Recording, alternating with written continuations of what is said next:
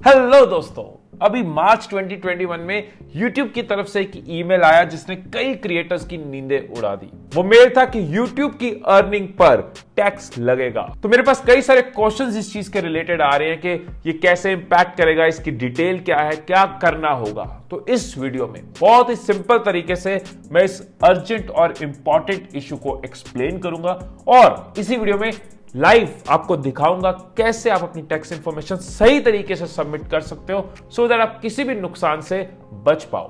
तो सबसे पहले ये समझते हैं कि YouTube कह क्या रहा है। YouTube कह रहा है कि आपकी जो YouTube से अर्निंग है, जो YouTube की वजह से आप कमाते हो, उसके ऊपर आपको टैक्स देना होगा। लेकिन कुछ चीजें हैं जो आपके लिए जाननी बहुत जरूरी है। पहली चीज कि ये सिर्फ उनके लिए एप्लीकेबल है जिनका चैनल मोनेटाइज्ड है। ऑब्वियसली अगर आपका चैनल मोनेटाइज्ड ही नहीं है तो ये आपको किसी भी फॉर्म में इंपैक्ट नहीं कर रहा। दूसरी चीज कि हर मोनेटाइज्ड क्रिएटर को YouTube की तरफ से एक ईमेल आएगा।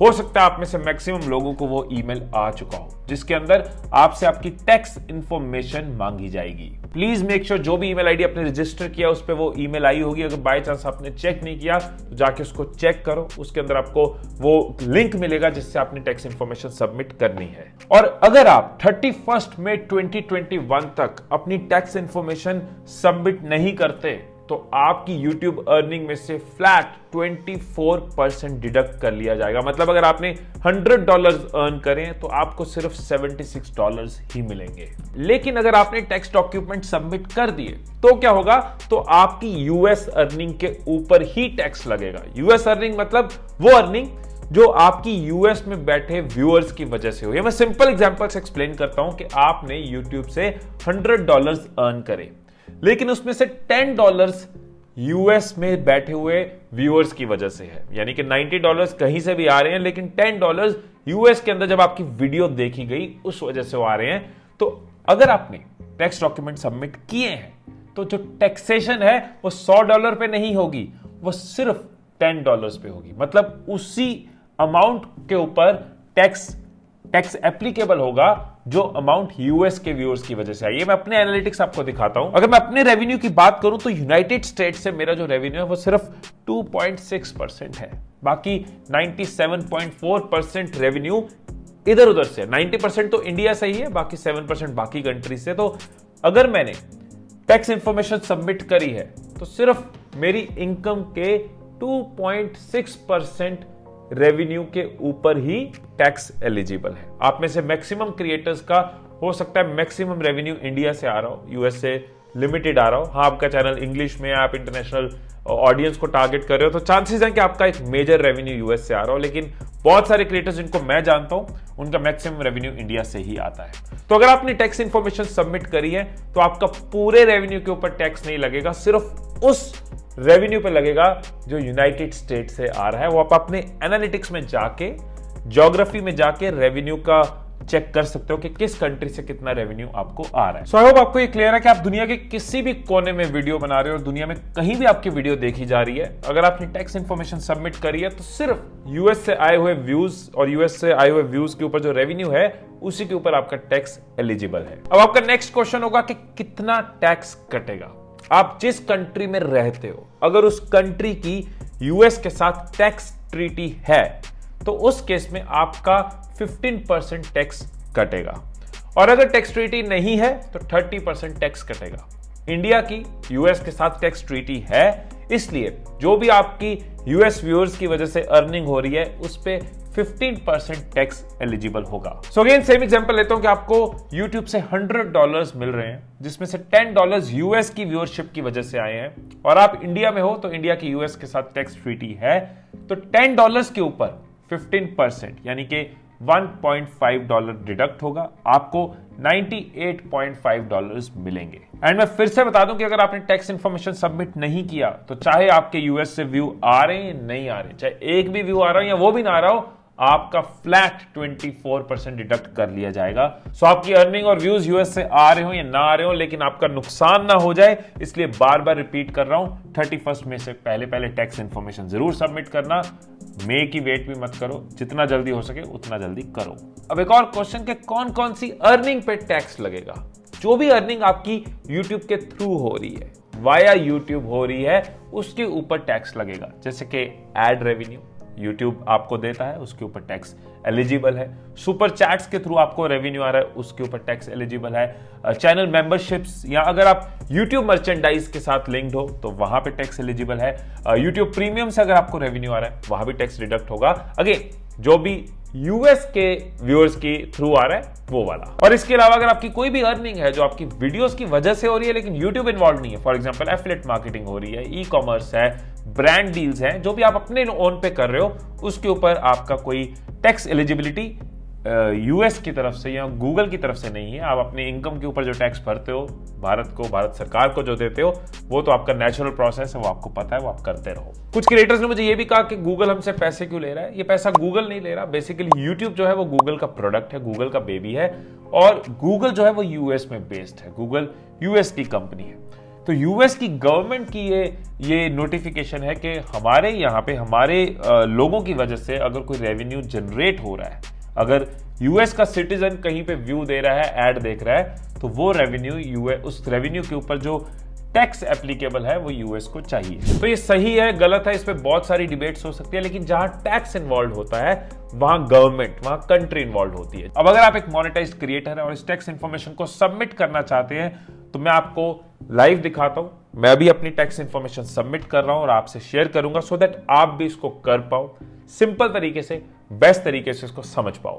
तो मैंने अपने गूगल एडसेंस अकाउंट पे लॉगिन कर लिया है और यहाँ पे उनकी तरफ से नोटिफिकेशन आई हुई है। सो हम क्लिक करेंगे मैनेज टैक्स इन्फो पे। सो इसके बाद मैंने क्लिक किया ऐड टैक्स इन्फो पे और इसने मुझे कहा साइन इन करने को, मैंने साइन इन कर लिया। तो सबसे पहला जो क्वेश्चन है कि what type of account is Himesh Madan.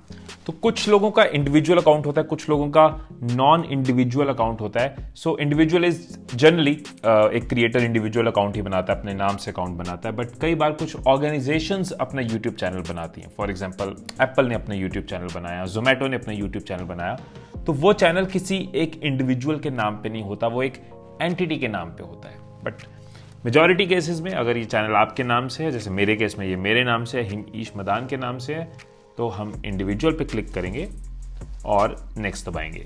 Are U a citizen और रेजिडेंट ऑफ यूनाइटेड स्टेट्स। मैं भारतीय हूँ, प्राउड इंडियन हूँ। और अगर आप भी यूनाइटेड स्टेट्स के रेजिडेंट नहीं हैं, किसी और कंट्री में है, तो आप नो कर सकते हैं। मेरे मेजॉरिटी व्यूअर्स इंडिया में से ही देख रहे होंगे, इसलिए मैं इंडिया को ही माइंड में लेके चल रहा हूँ। So I am not a citizen और रेजिडेंट ऑफ यूनाइटेड स्टेट्स और मैं उसके बाद दबा रहा हूँ नेक्स्ट। फिर ये हमसे पूछते हैं कि select W8 tax form type. तो बहुत क्लियरली आपको यहाँ नजर आ जाएगा, ये वाला फॉर्म है इंडिविजुअल्स के लिए, नॉन यूएस इंडिविजुअल्स के लिए जो टैक्स ट्रीटी के बेनिफिट्स लेना चाहते हैं। और ये फॉर्म उन लोगों के लिए है जो यूएस में ट्रेड करते हैं, यूएस में इनकम टैक्स रिटर्न फाइल करते हैं या फिर बिजनेस एंटिटी है। सो अगर आप एक इंडिविजुअल हो और यूएस में कोई इनकम टैक्स रिटर्न फाइल नहीं करते, जो आई थिंक हम में से मेजॉरिटी का केस होगा, तो हम इसको क्लिक करके आगे चल सकते हैं। सो जो फॉर्म हम सिलेक्ट करते हैं उसके हिसाब से नीचे बटन आ जाता है। हमने W8BEN फॉर्म सिलेक्ट किया और इसने कहा फॉर्म भरना शुरू करो। So we click on start. So इस फॉर्म में आप डिटेल्स चेक कर सकते हो, जैसे मेरा नेम बिल्कुल ठीक आया, स्पेलिंग चेक कर लिए। ये वाला पॉइंट ऑप्शनल है अगर आप बिजनेस कर रहे हो या डिसरिगार्डेड एंटिटी हो, बट ये ऑप्शनल है, सो इसको हम वैसे ही छोड़ सकते हैं। कंट्री रीजन ऑफ सिटीजनशिप, अपनी कंट्री सिलेक्ट कर सकते हैं। So here we go, India. अब ये एक इंपॉर्टेंट चीज है कि टैक्स पेयर आइडेंटिफिकेशन नंबर। अब हमारे देश में टिन वर्ड बहुत कम यूज होता है, बहुत रेगुलरली यूज नहीं होता। तो कौन सा ऐसा हमारा डॉक्यूमेंट है जो टिन के लिए यूज किया जा सकता है? इसके लिए कोई गेस करने की जरूरत नहीं है, कोई तुक्के मारने की जरूरत नहीं है। गूगल ने बहुत क्लियरली बताया हुआ है कि examples of foreign TINs around the globe में इंक्लूड, इंडिया में PAN number can be used as TIN. So I think most common document PAN number है, तो आप अपना पैन नंबर यहाँ पे भर दोगे। गूगल ऑफिशियली अपने पेज पे ये बताता है कि you can use your PAN as TIN. So basically क्या है कि टैक्स पेयर का एक आइडेंटिफिकेशन नंबर है। हमारे देश में पैन कार्ड ही यूज होता है टैक्स पेयर को आइडेंटिफाई करने के लिए। सो यहाँ पे आप अपना पैन नंबर भर दो।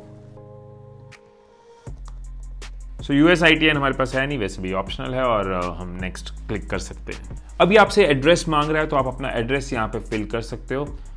सो मैं क्विकली अपना एड्रेस यहाँ पे भर देता हूँ। तो यहाँ पे आप अपना परमानेंट रेजिडेंस एड्रेस डाल सकते हो जो आपने एडसेंस में सबमिट भी किया होगा, जिसके ऊपर आपके पास डॉक्यूमेंट्स है, पेपर्स हैं। अगर आपका पोस्टल एड्रेस और परमानेंट एड्रेस सेम है तो इसको आप टिक कर सकते हो, that would solve the purpose. And then हम नेक्स्ट पे दबा सकते हैं। Are you claiming a reduced rate of withholding under a tax treaty. So India की यूएस के साथ टैक्स ट्रीटी है, तो हम yes we want to claim a reduced rate, इसलिए हम इसको येस दबाएंगे। तो येस दबाते उसने पूछा भाई कौन सी कंट्री से हो, क्या उस कंट्री का नाम यहाँ पे है, अगर ट्रीटी होगी तो कंट्री का नाम होगा। तो हम अपने भारत, अपने इंडिया, अपने देश, अपने वतन को यहाँ पे सिलेक्ट कर लेंगे। अब एग्जाम्पशन लेने के लिए जो हमने डिस्कस भी किया उसके लिए हमें ये ऑप्शंस पे क्लिक करना है, इनको फिल करना है। फॉर एग्जांपल सर्विसेज पे क्लिक किया तो इसने पूछा आर्टिकल कौन सा, आर्टिकल 7 एंड पैराग्राफ 1 को क्लिक करना है। विद होल्डिंग रेट हमें सिंस हमारी ट्रीटी है तो हम 0% पे जाएंगे। अगर ट्रीटी ना होती, आपकी कंट्री की ट्रीटी नहीं है तो 30% एप्लीकेबल हो सकता है, बट इस केस में 0% एप्लीकेबल हो जाएगा। So will tick this. सो ये यूट्यूब मूवीज़ या यूट्यूब टीवी से जो रॉयल्टीज़ आती हैं उसके लिए है, इसमें भी हम इसको टिक कर देंगे और आर्टिकल एंड पैराग्राफ को सिलेक्ट करके विद होल्डिंग रेट रिड्यूस्ड वाला रखेंगे क्योंकि हमारी ट्रीटी है। कॉपीराइट रॉयल्टीज, अगर आपके कंटेंट को यूज करके आप किसी से कॉपीराइट रॉयल्टीज लेते हो जो म्यूजिक प्रोडक्शन कंपनीज वगैरह करती हैं, तो उस केस में भी हम आर्टिकल सिलेक्ट कर लेंगे और विद होल्डिंग रेट ट्रीटी वाला यूज करेंगे 15% और उसके बाद इसको भी हम टिक कर देंगे and we can click on next. और गोल गोल घूमने के बाद अब हमारा फॉर्म रेडी है, तैयार है।